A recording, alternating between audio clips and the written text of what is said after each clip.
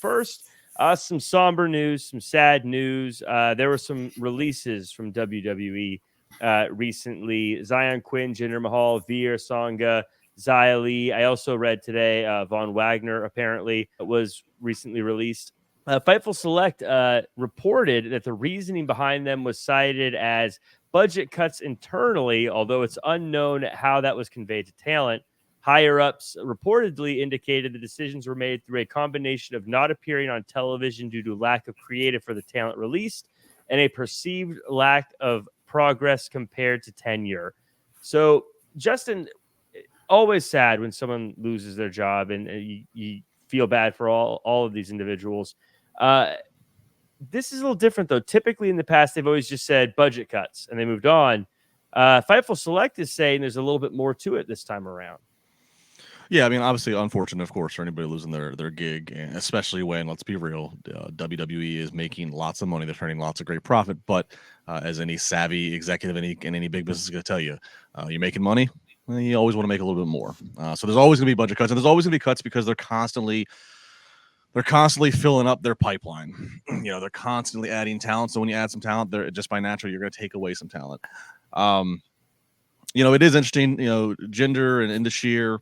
Obviously, we've long heard, population of India alone and just reaching that market is important. And so, maybe here's some acts for that part of the world to maybe relate to and grab onto.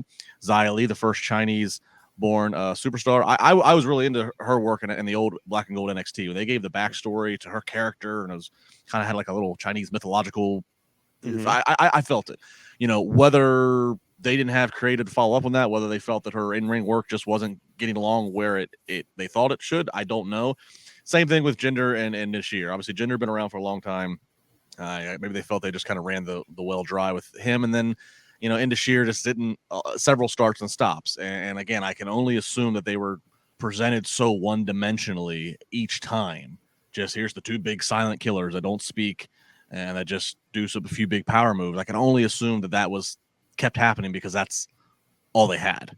I can only assume. I don't know, but I can only assume that the coaches and producers were like, hey, it's just not working. That's all I can assume. But nonetheless, regardless, unfortunate for them, and I'm sure all of them will probably get some opportunity somewhere else here down the line in what is a very thriving and busy business right now in not just in the United States, but around the world. Yeah, I think every one of them is going to have a lot of opportunity. I can only imagine Jinder Mahal, if he does anything on the indies, he's going to be the biggest guy in the ring by far anywhere he goes. And there's so many opportunities there. I know the Bollywood Boys, I'm a huge fan of them, and they're doing a lot of cool stuff, and they could pair up right there very easily with him. But also I could see one of the bigger companies wanting to pick up someone like Jinder Mahal and also Indashir. Again, two big dudes. Jimmy, it's one of those things, kind of as Justin said too, where I think they're all talented, but in this day and age, especially at the WWE level, being talented isn't enough. Sometimes you just need to have an opportunity, and you can be the very best, almost like being a singer and trying to make it in the music industry or a great actor. Sometimes the opportunity just isn't there, no matter how talented you are. No, that's the unfortunate part of this business. If you don't resonate, you don't connect with not only the audience, with somebody in the head, in the creative position, that can happen. And like you said, the positive thing is all these talents could find somewhere else to at least ply their trade and make a living. And that's the one positive you can take from this. Like you said, it does suck that somebody has to lose their job because creative, let's say, has nothing for you.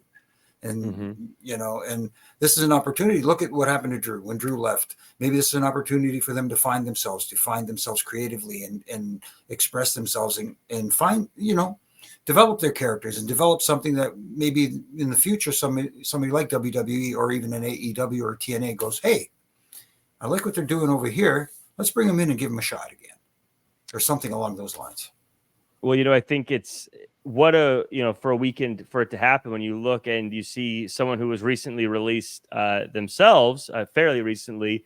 Swerve is now a world champion somewhere else. Things clearly worked out very well for him. You see like Matt Cardona and a lot of people, they can do very well after time with WWE. So it's not the end of the world. I know that doesn't mean much coming from some guy on a podcast for a lot of them, but I do hope the best for them.